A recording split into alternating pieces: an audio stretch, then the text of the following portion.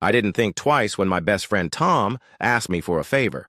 I mean, we've been best friends since college, and doing things for him wasn't out of the ordinary. He had some last-minute work emergency and needed someone to pick up. His girlfriend, Kate, from the airport. "Just drop her off at my place," he said casually over the phone. "I'll owe you a beer." It seemed simple enough. I'd never really spent much time around Kate, but I knew she was important to Tom. He was constantly talking about her, how she was the one, how he could picture their future together, maybe even a wedding in a few years. So I figured this ride would be nothing more than awkward small talk until we got to Tom's apartment. But the moment I saw her standing outside baggage claim, something shifted. She was hard to miss. Kate stood with perfect posture, her chestnut hair tumbling over her shoulders as she scanned the crowd. She wore this effortlessly stylish black coat, and even though I wasn't looking for it, I couldn't help but notice the way her jeans fit her. She had this presence about her, like she wasn't trying to be noticed but knew exactly when she was. I waved from the car, and when our eyes met, she smiled. A soft, almost shy smile that caught me off guard. I suddenly felt self-conscious as she climbed into the passenger seat, her suitcase thudding into the trunk. "Thanks for picking me up," she said, her voice warm and genuine. "I know this was probably last minute." "No problem," I replied, trying to focus on the road as I pulled away from the curb. "Tom's lucky to have you visiting him. He's been counting down the days." She laughed lightly, a sound that lingered in the air longer than I expected. "Yeah, well, it's been a while since we've seen each other. I wasn't sure how this trip would go." I glanced over at her, sensing a hint of hesitation behind her words. She stared out the window, her fingers playing with the strap of her purse. I didn't want to pry, but something about the way she said it made me wonder if things between her and Tom weren't as perfect as he made them seem. "So, are you excited to see him?" I asked, testing the waters. She hesitated, then shrugged. "Yeah, I guess." That wasn't the answer I expected. Silence filled the car, but it wasn't awkward. It was the kind of silence where you could tell someone was thinking, debating whether to say more or leave things unsaid. I let her take her time, unsure of why I cared so much. Then, just as I was about to change the subject, she spoke again. "Wait, I be honest with you, Matt?" I felt a weird jolt in my chest when she said my name. I don't know why, but the way it rolled off her tongue made me sit up a little straighter. "Of course," she exhaled, her breath fogging up the window for a second before disappearing. "I don't know if I'm really in love with Tom." The words hit me like a punch to the gut. I tightened my grip on the steering wheel, unsure of how to respond. Tom was my best friend. He was practically family. I'd never heard Kate say anything negative about him before, and now here she was, spilling her doubts to me, a guy she barely knew. I cleared my throat. "Does Tom know how you feel?" She shook her head. "No, he thinks everything's fine. But when I'm with him, it feels off, like I'm pretending to be someone I'm not." Her confession hung in the air, heavy and suffocating. My mind raced, trying to process what she was telling me. This wasn't how today was supposed to go. I was supposed to pick her up, drop her off, and forget this conversation ever happened. But now, I was stuck in the middle of something I didn't know how to navigate. "Maybe you're just going through a rough patch," I suggested, hoping to steer the conversation away from dangerous territory. "Every relationship has them." She turned to face me, her eyes searching mine. "Do you think you'd know if you were with the wrong person?" I opened my mouth to respond, but nothing came out. For a split second, I thought about my own marriage, about my wife, Lauren. Things had been good between us for the most part. Sure, we had our ups and downs, but that was normal, right? We'd been together for 7 years, married for 4, and although the spark wasn't as intense as it used to be, I always assumed that was just part of growing up and settling down. But now Kate's question had me wondering. Did I really know if Lauren was the right person for me? Or had I just gotten comfortable? I shook the thought away, focusing back on the road. I think relationships take work. Sometimes you have to push through the doubts to see what's on the other side. She smiled faintly, but there was sadness in her eyes. "You're probably right," I just, I don't know. It's hard to explain. We pulled up to a red light, and I finally allowed myself to look at her for more than a second. Her expression was soft but conflicted, like she was carrying the weight of a decision she wasn't ready to make. And for reasons I couldn't understand, I wanted to help her, wanted to be the person she could lean on, even if it meant betraying Tom's trust. The light turned green, and I forced myself to keep driving. We were only 10 minutes from Tom's place, but those 10 minutes felt like an eternity. Kate shifted in her seat, resting her head against the window as if she were trying to escape her own thoughts. I could feel the tension between us growing stronger with every passing second. Then, out of nowhere, she whispered something that made my heart race. "Do you ever feel trapped?" I didn't answer right away. I didn't trust myself to. But the truth was, her question hit closer to home than I cared to admit. Because yes, there were days when I felt trapped. Days when the routine of work, marriage, and responsibilities felt suffocating. But admitting that to her felt dangerous, like opening a door I wasn't sure I could close. Instead, I played it safe. I think everyone feels that way sometimes. But it doesn't mean you're in the wrong place. She nodded slowly, but I could tell she wasn't convinced. And honestly, neither was I. By the time we pulled into Tom's apartment complex, my palms were sweaty and my heart was pounding in my chest. I parked the car and helped her with her suitcase, the weight of everything she'd said still lingering between us. "Thanks again for the ride," she said, her voice softer now. "Anytime," I replied, forcing a smile. As she walked toward the entrance, I couldn't help but watch her, watch the way her hair swayed with each step, watch the way she hesitated before entering the building. I knew I should drive away, go home to Lauren, and pretend this conversation never happened. But I didn't. Instead, I sat there, staring at the entrance, wondering why my heart was telling me to follow her. I sat there for longer than I should have, my fingers drumming against the steering wheel as I watched the entrance to Tom's building. I kept telling myself to leave. Just drive home to Lauren. Forget Kate's words. Forget the way she looked at me in the car.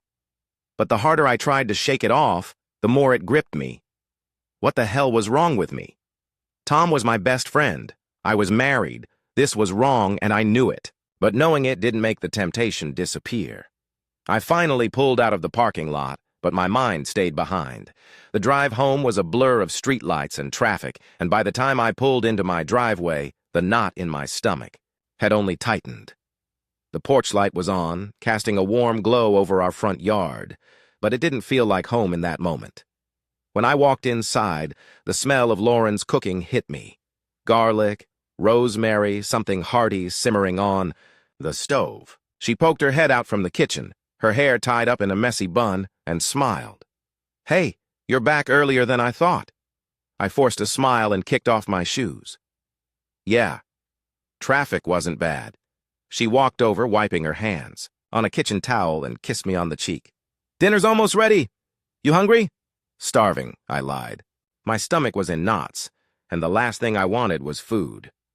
I followed her into the kitchen, watching as she stirred something in a pot. This was our routine, Lauren cooking while I asked about her day. Normally, I'd find comfort in it, but tonight I couldn't focus. I kept seeing Kate's face, hearing her voice asking me if I ever felt trapped. "Everything okay?" Lauren's voice pulled me back to reality. She was standing across the counter, her brow furrowed.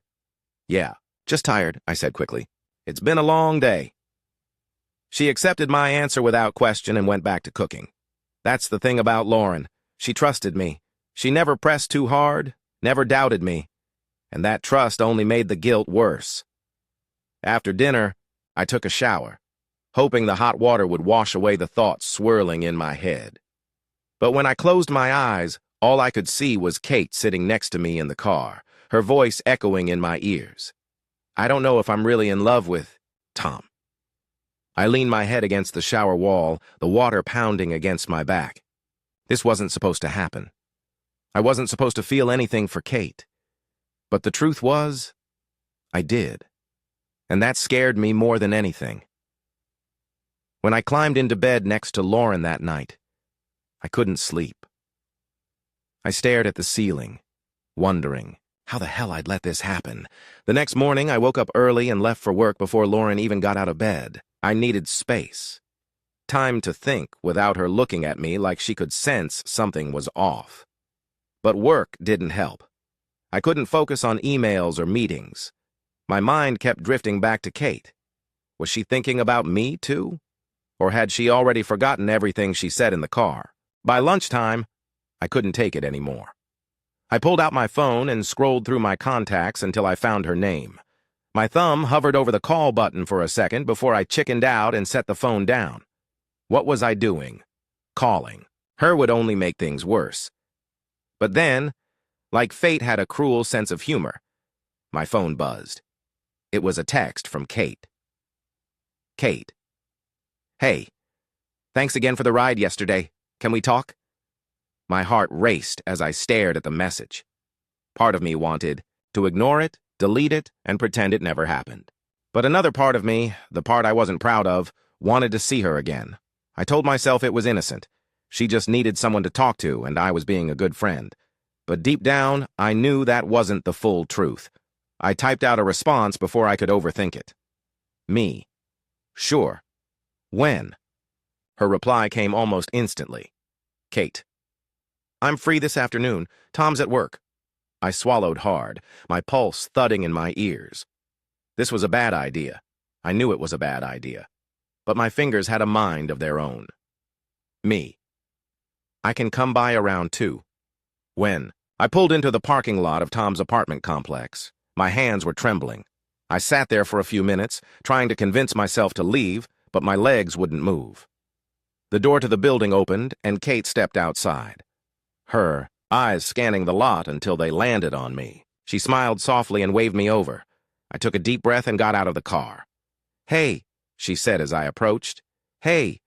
She led me inside, her footsteps echoing in the stairwell as we climbed to the second floor. Her apartment smelled like vanilla and something floral, a scent that made my head spin. Sorry for the mess, she said, kicking a pair of sneakers to the side as we entered. I wasn't expecting company. It's fine, I mumbled, my gaze darting around the room. She motioned for me to sit on the couch, and I did, sinking into the cushions as she sat next to me. There was a moment of silence, and I could feel the tension building between us. So, I said, desperate to break the awkwardness, what did you want to talk about? She sighed and leaned back, tucking her legs beneath her. I don't know. I guess I just needed someone to listen. Yesterday helped, but I've been thinking a lot. I nodded, waiting for her to continue. I feel stuck, she admitted, her voice barely above a whisper. Tom's a great guy, but being with him doesn't feel right anymore. And the more I think about it, the more I realize I've been lying to myself. I didn't know what to say. Part of me wanted to comfort her, to tell her everything would be okay. But another part of me knew this was dangerous territory. And then there's you, she said, her eyes locking onto mine. I don't know why, but I feel like I can be honest with you. Like you understand me. My breath hitched. She leaned in slightly, her face only inches from mine. I could smell her perfume, light and intoxicating. Do you? She asked softly. My mind screamed at me to get up and leave, to end this before it went any further. But my body wouldn't move. Yeah, I whispered. I do. She reached out, her fingers brushing against mine. It was such a small gesture, but it set my entire body on fire. I knew I should pull away, but instead, I let her hand linger. This feels wrong, I said, my voice strained. But does it? She whispered back, leaning closer. I could feel her breath on my skin, and in that moment, every ounce of self-control I had was hanging by a thread. Her lips were close, too close. My heart was pounding so loudly I was sure she could hear it. Kate leaned in just a little more, her eyes flicking to mine like she was waiting for me to close the gap. My breath hitched, my body frozen in place. I knew this was it, the line I couldn't uncross. One more second, one more inch, and everything would change. My marriage, my friendship with Tom, my entire life, but my body wasn't listening to my brain. My fingers tightened around hers, pulling her just slightly closer. Then my phone buzzed in my pocket, shattering the moment like glass hitting concrete. We both jumped, the sound snapping us back to reality. My hand flew to my pocket, and I pulled out the phone, my fingers trembling as I stared at the screen. It was Lauren. Kate pulled back, her face flushed as she quickly tucked her hair behind her ear. I could see the panic in her eyes, the same panic I felt running through me. "You should answer that," she said, her voice barely above a whisper. I nodded and stood up, walking toward the window as I swiped to answer. "Hey," I said, trying to sound normal even though my throat felt like it was closing. "Hey, I just wanted to check in," Lauren said, her voice warm and familiar. "You left so early this morning. Is everything okay?" I swallowed hard, forcing myself to breathe. "Yeah, just a busy day at work." There was a pause, and for a second I thought she could hear the guilt in my voice, but she just chuckled softly. "Okay, I'll see you when you get home. Love you." "Love you too," I said automatically, the words tasting bitter on my tongue. When I hung up, I turned back to Kate, who was sitting on the couch with her knees pulled to her chest. She looked just as shaken as I felt, her eyes fixed on the floor. "I shouldn't have done that," she said quietly. "I'm sorry." I sat back down next to her, leaving a little more space between us this time. "It wasn't just you. I didn't stop it either." The silence that followed was suffocating. I could feel the weight of what almost happened pressing down on my chest, making it hard to breathe. "I think we should stop this before it gets worse," I finally said, my voice strained. She nodded slowly. "Yeah, you're right." But even as we said the words, I could feel the tension lingering, like an unspoken promise that this wasn't over. We both knew it. We just didn't want to admit it. I stood up and grabbed my jacket, needing to get out of there before I made another mistake. "Take care of yourself, Kate." "You too, Matt," she whispered. I left without looking back. The drive home was torture. My thoughts were a chaotic mess, bouncing between guilt, shame, and the lingering temptation I couldn't seem to shake. When I pulled into the driveway, I sat there for a moment, staring at the house where Lauren was waiting for me. The woman who loved me, who trusted me, who had no idea how close I'd come to betraying her. I walked inside, and there she was, sitting on the couch with a glass of wine and a book in her lap.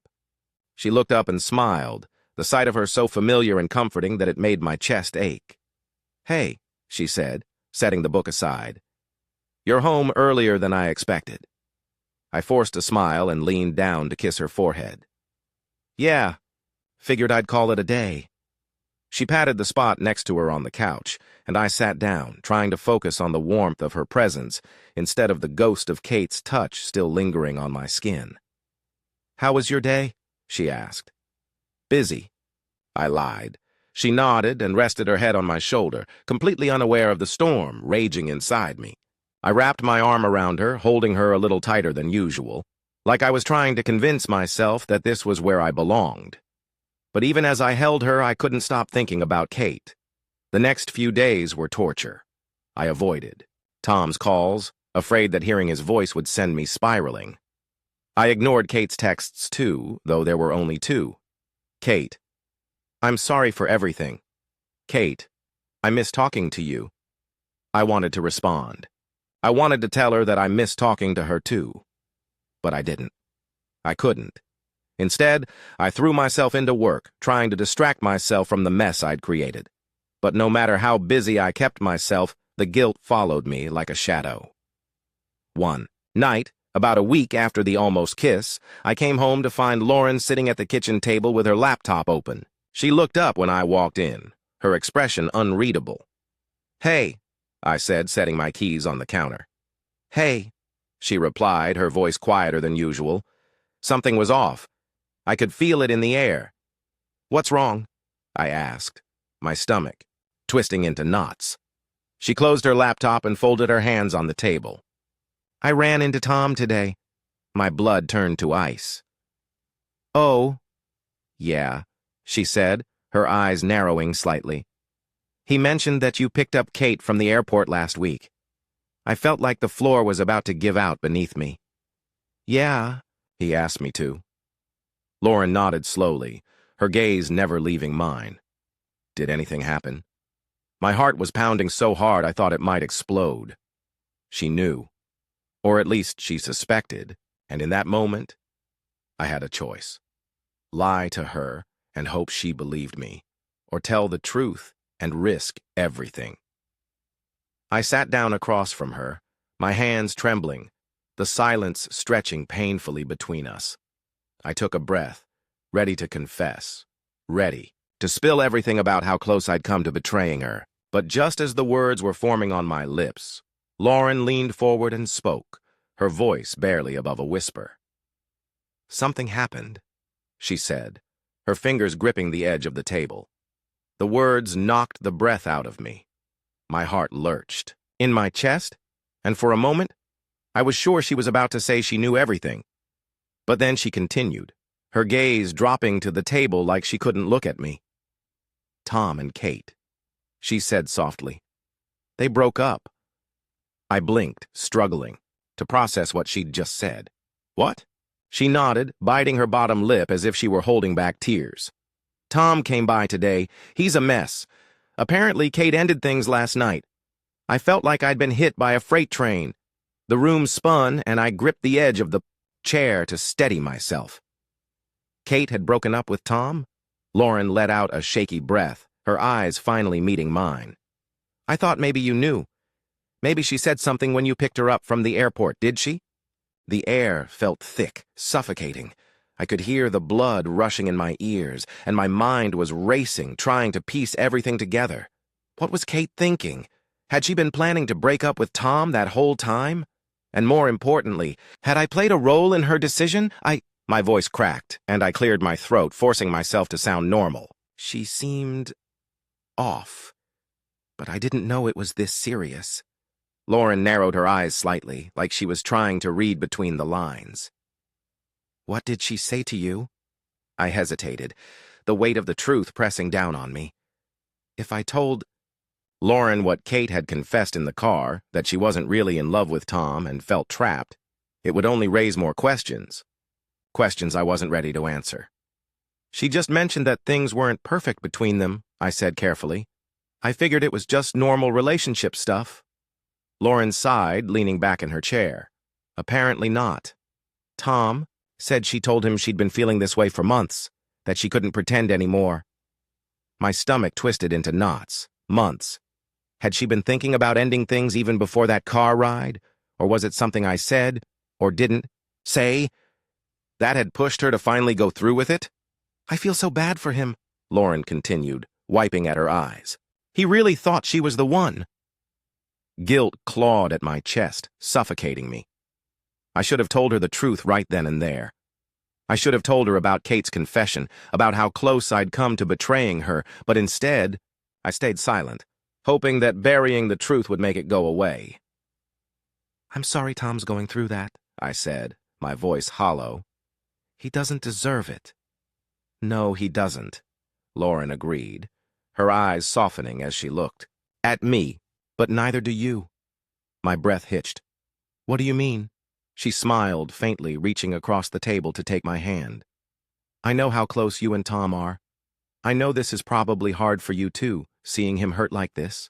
I stared at her, my throat tightening. She thought I was upset because of Tom. She had no idea that my guilt had nothing to do with him and everything to do with the fact that I'd almost destroyed us. Yeah, I mumbled, squeezing her hand. It's hard. We sat there in silence for a moment, her fingers warm against mine. I wanted to hold on to that warmth, to let it anchor me to the life I didn't want to lose. But I knew this wasn't over. The guilt wasn't going to disappear, just because I wanted it to. And deep down, I knew that as long as Kate was in my head, I'd never be free of it. Later that night, as Lauren slept beside me, I lay awake, staring at the ceiling. I couldn't stop replaying Kate's words in my head, couldn't stop wondering if she'd broken up with Tom because of what she felt for me. I picked up my phone and opened her last text message. Kate. I miss talking to you. I hovered over the keyboard, my fingers trembling. Part of me wanted to respond, to tell her I missed her too, but I knew that would only make things worse. I needed to let her go. I needed to focus on Lauren and repairing the damage I'd almost done. But even as I deleted the message and put my phone down, I knew this wasn't the end. Kate was still in my head, and no amount of distance was going to change that overnight. I closed my eyes, praying that someday I'd find a way to forgive myself. But deep down, I wasn't sure if I ever could.